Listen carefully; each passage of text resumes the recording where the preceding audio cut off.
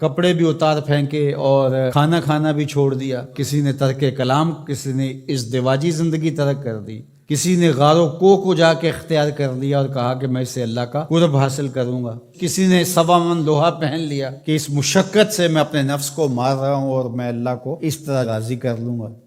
تو اس طرح سے اپنے آپ کو مشقت میں مبتلا کر دیا اور وہاں جا کھڑے ہوئے جہاں شریعت نے ان کو کھڑا ہونے کا نہیں کہا ہے۔ تو پھر کیسے زندگی میں نیکی کا حقیقی تصور ابھر سکتا ہے؟ کہا کہ اس کو ابھارنے کے لیے، حقیقی رہنمائی لینے کے لیے تمہیں پیغمبروں کی دہلیز پہ آنا ہوگا۔ جب پیغمبروں کی دہلیز سے ہٹو گے پھر خود ساختہ چیز ہے۔ یہ جو رہبانیت گھڑی ہے ماضی میں یہود نے، نصارہ نے، یہ حضرت عیسیٰ علیہ السلام کی اور ان پیغمبروں کی تعلیمات نہیں تھی، انہوں نے خود گھڑی ہے کہ ہم یہ نہیں کریں گے، ہم وہ نہیں کریں گے۔ اسلام نے اس کی نفی کر دی، سرے سے نام لے کر، لا رہبانیت فی الاسلام، اسلام میں رہبانیت نہیں ہے۔ اسلام کی رہبانیت ایک ہی بتائی گئی ہے اور وہ جہاد ہے، جس میں آپ اپنا سب کچھ پیش کر دیتے ہیں، اور اس کا مقصد بھی غلبہ حق ہے، اسلام کے پرچم کو بلند کرنا۔ باقی آپ کو انفرادی طور پہ کچھ وقت کے لیے تبتل اختیار کرنے کا کہا، جس طرح رمضان المبارک میں آپ اعتکاف بیٹھیں،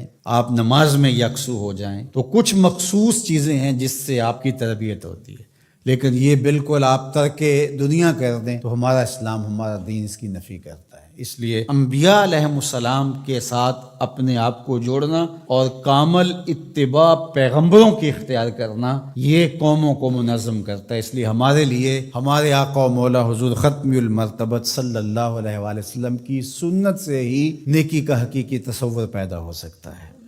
خلاف پیمبر کسے را گزید، ہرگز نخواہت بمنزل رسید۔ سعدی شیرازی فرماتے ہیں حضور کے بتائے ہوئے طریقے سے ہٹ کر کے اگر کسی نے کوئی طریقہ اختیار کیا، وہ منزل کے قریب پھٹک بھی نہیں سکتا ہے۔ منزل نصیب ہوگی تو حضور کے قدموں سے نصیب ہوگی۔ اس لیے النبیین، نبیوں پر ایمان لانا یہ بر ہے۔ وآت المال علی حبہ ذوی القربى والیتامى والمساکین وابن السبیل والسائلین وفی الرقاب، اور اپنا مال اس مال کی محبت کے باوصف دینا۔ ایک تو ہے کہ مال کی محبت نہیں ہے اور اس کو دینا، یعنی وہ مال جو آپ کے اوپر بوجھ بنا ہوا ہے، گھر پڑا یہ کھانا خراب ہو رہا ہے تو بیوی بھی بار بار کہتی ہے اس کو کہیں ٹھکانے لگاؤ یا باہر پھینکاؤ یا کسی کے منہ میں پڑ جائے، تو وہ اگر اٹھا کر آپ کسی گلی میں گزرتے فقیر کو دے دیتے ہیں تو آپ اس کو نیکی سمجھتے ہیں۔ خود سمجھو ذرا کیا یہ نیکی ہے؟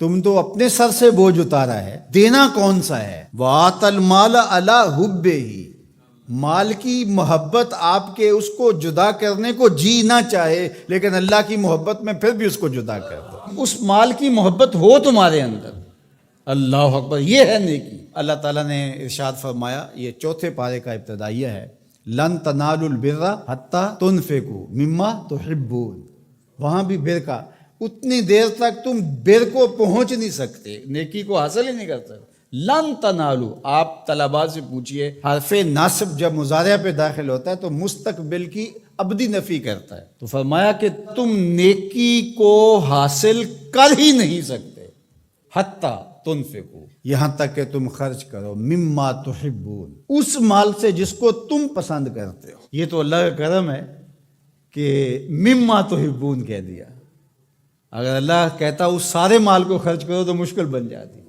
کہا جس کو پسند کرتے ہو اس سے خرچ کرو۔ یعنی تم نے پھل توڑا ہے تو اس کی یہ ایکسپورٹ کوالٹی بنائی ہے، یہ اپنے لیے گھر کے لیے رکھا ہے، اور یہ سڑا پھڑا داغی ایک سائڈ پہ رکھ دیا ہے، تو اب اللہ کی راہ میں تم اگر دینا چاہتے ہو تو اس سے دو جس کو تم خود پسند کرتے ہو۔ یہ گلا سڑا تم اپنے گھر نہیں لے جانا چاہتے، یہ تم سستے داموں بیچو گے یا پھینک دو گے، تو تم نے کہا چلو اس کو پھینکنا کیا ہے، یہ غریبوں میں بانٹ دیتے ہیں، تو تم نے وہ غریبوں میں دے دیا۔ تو نیکی کی حقیقت کو تم نہیں پہنچ سکتے جب تک اس سے نہ خرچ کرو جو تم خود پسند کرتے، مما تحبون، جس کو تم خود پسند کرتے۔